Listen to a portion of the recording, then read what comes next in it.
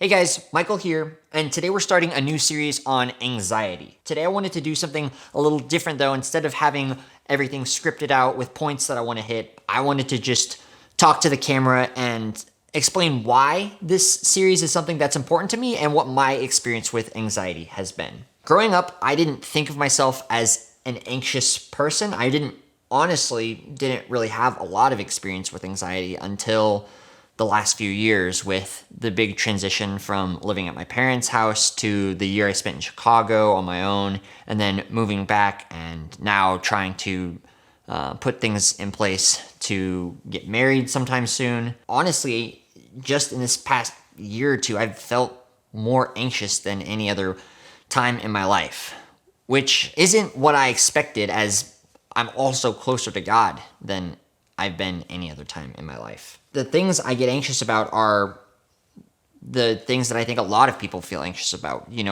Where is my provision going to come from? How am I going to have enough money for this next year? Long-term financial planning stresses me out. I hate it. I'd rather just not think about it.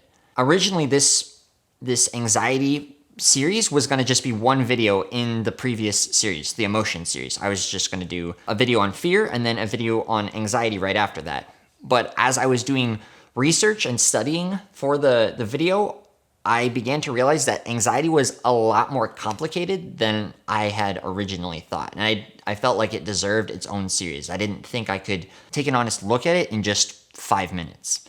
And so the point of the series is to look at anxiety from a biblical view, but also I wanted to, a lot of my learning, and the reason why I decided to spread it out was because I was looking at what psychology has to say on anxiety. And I think a lot of times in churches, we teach the biblical perspective, but we don't listen to what people who have anxiety have to say and what their experiences are, and we don't listen to psychologists who are studying this. And I think, there's a long history of the church and science butting heads, and I don't think that is necessary. I think that God, of course, created the world. He created our brains, and so psychology doesn't need to be at odds with the church. The hope of this series is to be honest and not try to just, paint with too broad of a brush and say, oh, you just need to do this and your anxiety will go away. But I do really want to look at Scripture, and we will look at Scripture and see what Jesus actually teaches and the authors of